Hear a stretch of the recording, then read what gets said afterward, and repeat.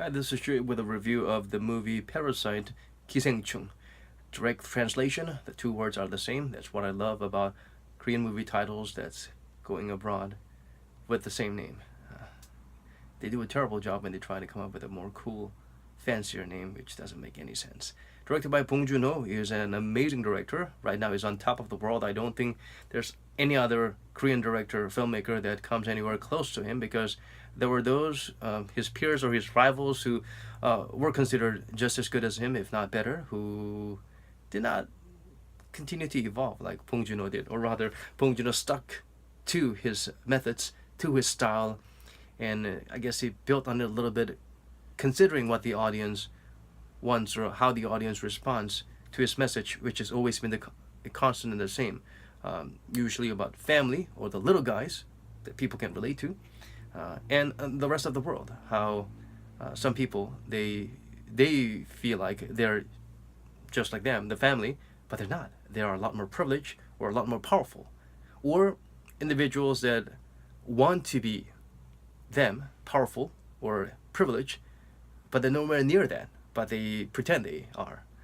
That's been some of the stories, that message that Bong Joon-ho tries to convey, the irony of the machismo, or those who think they're all that but they're not, and how they're looked down by those who are in power, and sometimes how those in power don't know what they're doing, but they happen to be there because they're there, but they're utterly incompetent, whether it's the government or the military or police.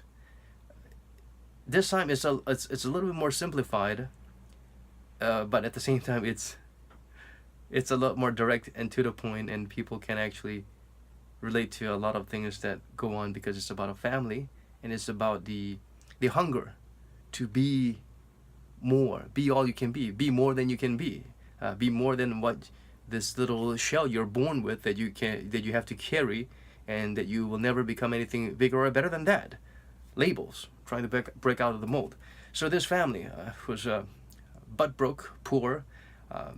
They live in a semi-basement home.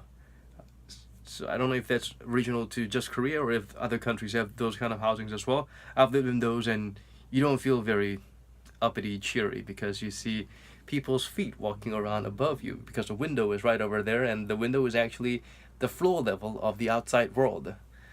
So it was a nice little setup by director Bong Joon-ho. If you live there, it's damp. It gets moldy during the damp summer months, and if there's some kind of a natural disaster like floods, yeah, you're gonna be the hardest hit.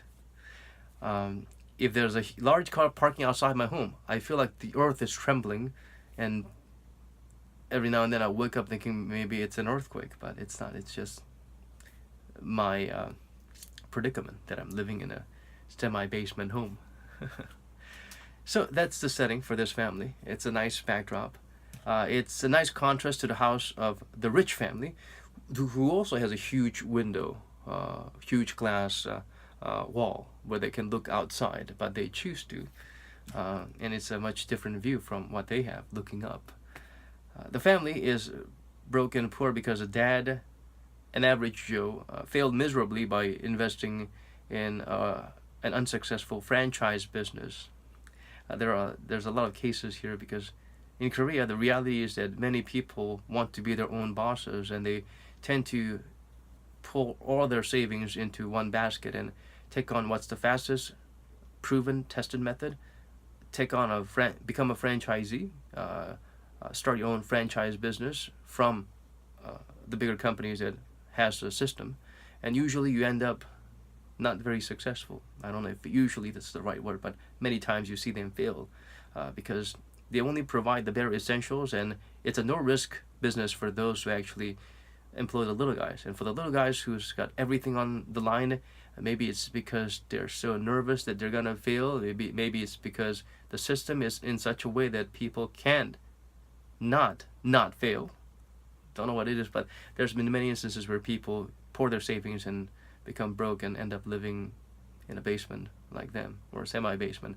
So it's got a father, a daughter, son, and the mother. In most of Bong Joon-ho's movies, family members the story starts with a family member.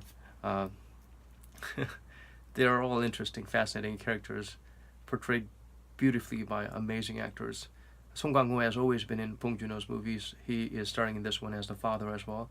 Um, they're yeah they're simple people, but it's fun to watch how they go about their daily lives. For instance, they will all team up to pack pizza boxes for pizzerias, pizza parlors, and then make a quick buck and then have a fun time over beer in the evening with the little money they earn. So every day they hustle to make it through the day, just barely making enough to make ends meet. But the son gets a great opportunity to tutor in this very rich families for the daughter. Uh, he doesn't even have a college degree, but his sister was very talented in Photoshop. Comes up with a phony uh, certificate for him so he can pretend to be from a elite university from a very well-off family, and he gets accepted. He does a very good job of pretending, playing that role. The son is the one with the plan. He has a plan. He's always moving with some kind of a plan. The father, maybe it's because of all his failure, reminds his son, well, praises his son that he has a plan, and I envy you. At the same time, he says, I have no plan, that's why I have no disappointments.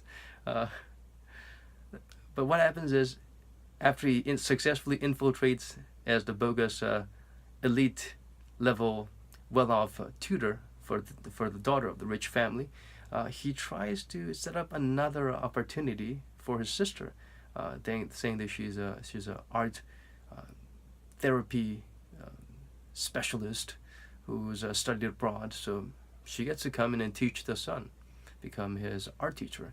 And then they do have a maid, home caretaker, a lady that works there, and they come up with a zany scheme to try and get her fired, and also the driver gets fired, so their mom and dad come and fill that position. So it's all fun. It all happens very quickly in less than 60 minutes. Everything is very pacey, so it's good, and it's a very fun, non-stop laughter ride. Of course, these are not nice people, but at the same time, you understand their predicament. They're desperate, and they feel that these rich people, they can be taken advantage of. They can afford to be fooled and fork out a few bucks for them, and they feel like they've earned the rights to do that to these privileged pricks. So the movie goes on to show that contrast between the two families, and how the poor family is being a parasite and living off of the riches of this rich family, and quite frankly they couldn't care less, but they do care about how they sense that these people are poor. They can feel it, they can smell it, and of course when they hear about it, they feel a little bit annoyed and insulted. So there's a bit of a conflict and a bit of a love-hate relationship going on, distrust, a lot of gamut of emotion going on. And then another factor comes into play. I'm not going to spoil it for you, but you'll love it. Go watch the movie. There's another, so these two families, and there's another element involved, and it's a huge surprise, and suddenly it takes a fun but then dark turn, and it gets darker, and then it gets a little bit more ironic. It's quite a ride. It starts as a fun comedy, gets a little dark and scary, and then it has a little twist, and another little twist by the end when you thought that maybe you'll see a happy ending. It ends with the irony of the situation and how, I guess it's a bit of a Greek tragedy type of setting. You try to fight fate, but fate will bite you in the butt. There are so many details about the movie, so many lines, so many moments that hits you. Depending on who you are and what kind of life you've led or what kind of life you're leading, it'll reach out and grab you, and it'll stay with you. It's a great movie. That's what makes a great movie. something for everyone and something realistic and relatable, but at the same time fun and zany and surprising. At the same time, it reminds you about, I guess, the irony of life, of society. In some sense, there are those who complain that shouldn't he propose some kind of a solution or some kind of a stronger message about what we should or shouldn't do, but it feels like by not doing that, he's sending a stronger message with this movie. It's not as preachy as other movies like Snowpiercer, which I feel is the worst Bong Joon-ho film ever. Personal favorite of mine by director Bong Joon-ho is earlier works that no one really gave a lot of credit for, and they thought it was just weird that it doesn't involve something grand. It was in a time when Korean cinema goers expected something grand, a blockbuster, action or emotion, or something based on a heroic historical uh, incident or whatnot. So people weren't ready for the slice of life that slices hard and deep, like Dog of Flanders or Planda Sege. That was my favorite. That's when I felt this guy is something else. And once again, after decades have passed and several disappointments in his recent that I got through his recent movies, Bong Joon-ho once again proves he is the greatest director in Korea, in Korean history. And I don't know how he's gonna top this. I don't know how other filmmakers in Korea are going to top this. It's entertaining. It sends a message. It strikes a chord. After the movie, I just lost it. I was like, I am really afraid I might not be able to watch a movie this good ever again. So, good job, Mr. Bong Joon-ho, and everyone involved in this movie. It deserves all the accolades. And what's amazing is that a movie that earns these international accolades happens to be entertaining and moving and informative, and it provides you a little slap on the back to tell you to wake up, look around you.